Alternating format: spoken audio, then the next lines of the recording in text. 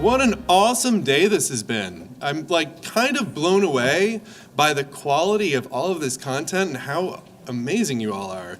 So let me start this next section of things here with some thank yous. First of all, thank you to all of you for being Metro members. Yeah, it's totally great. It's really a special thing that we have here in New York City and Westchester County, that there is this kind of density and diversity of organizations, and that we can come together like this and learn from each other. Again, it just blows my mind. The next important thank you is the awesome Metro staff who have made this thing happen. Particularly Davis, who should stand up right now, because Davis has pulled all of this together, you guys. So thank you to the Metro staff. And then finally, thank you to both of our keynotes. Really appreciate Kari coming all the way from Finland. And Krista, we'll get another chance to thank her, but she's going to be coming up real soon, coming from Atlanta. So with that, we've got a little bit of business and stuff that we got to do here. It's not all fun and games. And so I want to introduce to you Norm Jackness, the president of the Board of Trustees, or Board of Directors, sorry. Norm.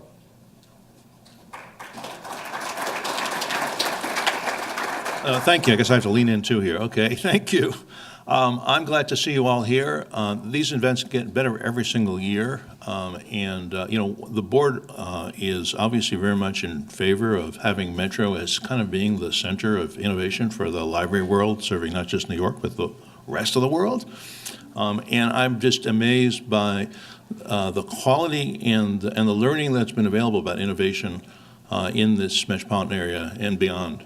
So this has been a fantastic day, and Nate, thank you very much for help setting it up as well.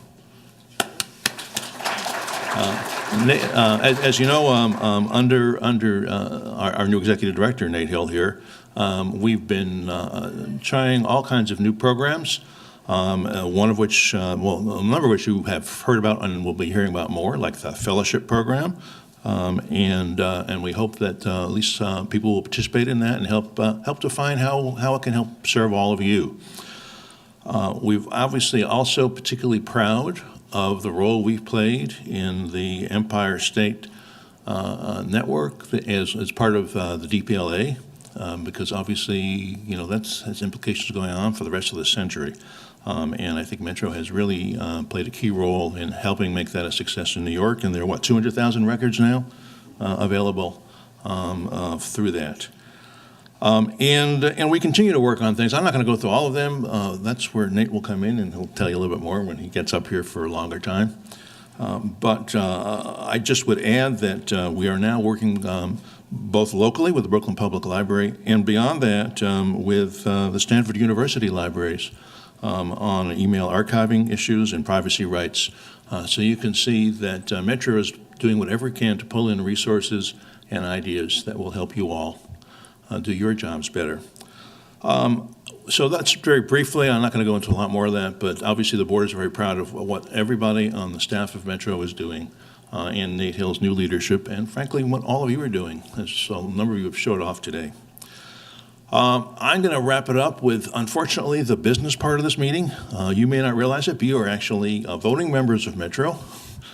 And we need to come back to you periodically, at least once a year, for appointments to our board. We have 3 members of our board of directors who need your approval, if you'll be so kind as to give it. They are Mary Lee Kennedy, the Chief Library Officer of New York Public Library, Shannon Mattern, who's an associate professor at the School of Media Studies at the New School University, and Lisa Rosenblum, who's the Chief Librarian at Brooklyn Public Library. And I would like to ask how many ayes there are in the room for these folks? Aye. Any nays? Thank you very much. Unanimously approved. And with that, I'm going to turn it over. And Nate, thank you. And thanks very much all for coming here again.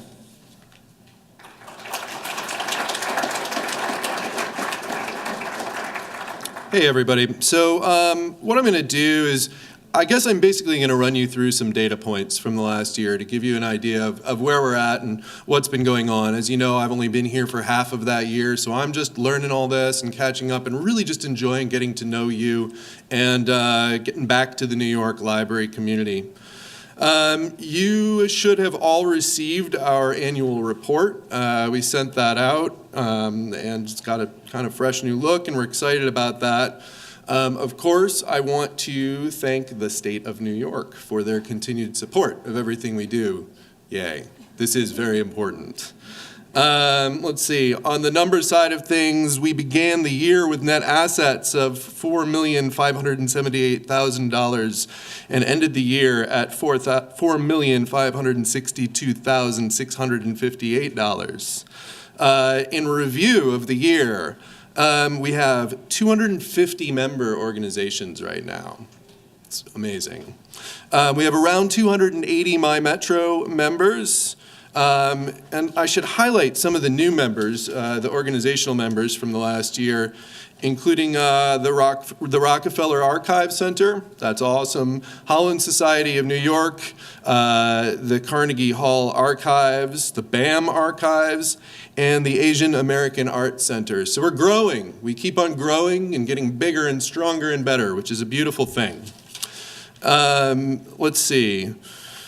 As you know, we have launched DCMNY as a new platform. We're really getting deeper and deeper with our Islandora work, which is quite exciting. Let's see, with the ESDN, in fiscal year 2015, we submitted 87,000 records, and today, I think we've passed 200,000. So that's awesome, and that is continuing to accelerate. And we're really seeing people seeing increased traffic and reaping the benefits of being part of this thing. So that is super cool.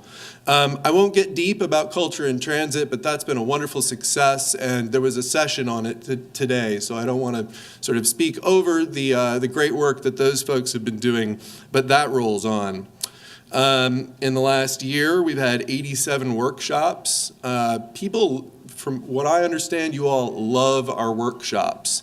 When I have sort of informally, as I've been coming on board, been asking people, why do you value Metro? What is it about this place? It's always this professional development stuff comes up over and over again. So I'm pleased to see good attendance at those, as well as 38 special interest group meetings, which is such a cool mechanism for allowing people to self-organize around the topics that they really care about. I'm psyched about that as well. And so with that, I want to just move along to this new program that I am so excited about and talk a little bit about this fellowship. How many people have dialed up that URL while we were all sitting there? And hopefully you guys know about this a little bit already because we pushed it out across our lists. This is what I think is a just fantastic new opportunity. So here's what we're doing with this. And you will undoubtedly have questions after this, and we will continue to answer those in a number of different fashions, because this is all coming together quickly. So basically, the way that consortia work right now, typically, is that we have group access to a bunch of existing resources. Think about this in terms of shared databases or a lynda.com subscription or something like that. And this is a wonderful model that we have used for a very long time. But we're going to try something a little bit different, and we're going to flip this over, and we're going to start thinking of Metro as sort of a platform, as the network, these 250 organizations, as this platform that can be used to create new resources, right? So the whole thing gets kind of reversed, and we made some pretty little graphics to go along with that.